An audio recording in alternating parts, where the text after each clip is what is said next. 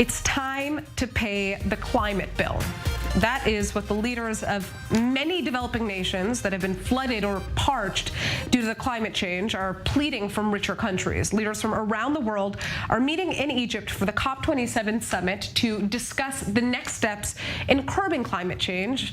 And frontline nations say that they want special compensation for the climate impacts that they cannot recover from. At the same time, Israeli President Herzog has taken to the stage to promise net zero carbon emissions by 2050 in Israel, despite Israel's Attorney General deciding to prevent the government from actually pushing a bill through to make that happen. So what can we expect out of Israel specifically when it comes to tackling climate change? Well, joining us now is Youval Arbel, the Deputy Director of the Zalul Environmental Association of Israel. So Youval, we're hearing a lot of talk from Israeli leaders about combating climate change, but are they walking the walk, so to speak?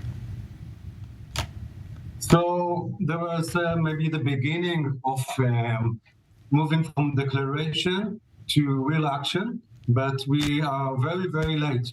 In Israel, we are still around 10% of alternative energy or non-fossil fuel energy, mostly from solar energy, and we should move much faster. In 2030, we should be by 50%. It's possible. We'll have a lot of sun and the technology of the solar panels and also use of batteries and other sources to maintain the electricity for all over the year, at night, even in rainy days, is here already for a few years. So implementation and not just in declaration. This is the slogan, and I hope it's not only a slogan of this conference, of this convention, and Israel should move forward. Our neighbors are much better. In Jordan, for example, 25% of the energy of electricity is by solar panels, and we can do even exchange of water. We submitting water to them or selling water. They can sell us energy from solar panels and other initiatives. All our roofs in our buildings, houses should be covered with solar panels that will be in the city. So even it will be cheaper for us. We could pay lower bill of electricity, because they will need to transmit the lines of electricity from the far Negev to the cities. So, Youval, you mentioned that Israel is very much behind when it comes to actually taking action to fight climate change. Why is that the case, in your opinion? Is this coming from above? Is this coming from the government? Or is there a lack of interest by Israeli society to make a change?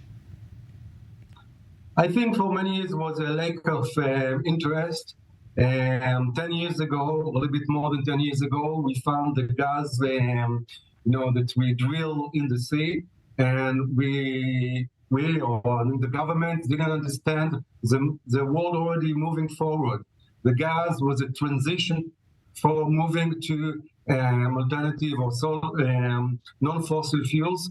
The gas is also methane, which is worse than CO2. When we're talking about climate warming, it's global warming gas, methane, much worse than CO2. And while we produce it, while we drill it and transmit it, there is a lot of leakages, and even very small leakages will create extra gas emission of greenhouse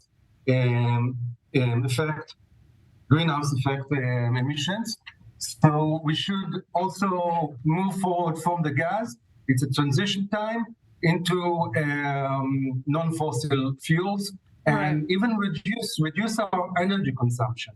I think all the economy based that we will produce more for search and service, but we can get the same services with less energy.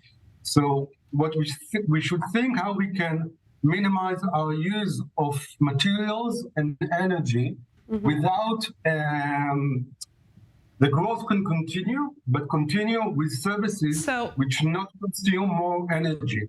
This is the real thing that we have to think about. So quick answer on this next question. Israel's about to see a new incoming government. Do we know about any of the policies that have been proposed from this coalition to actually tackle climate change? Is there any initiative so far?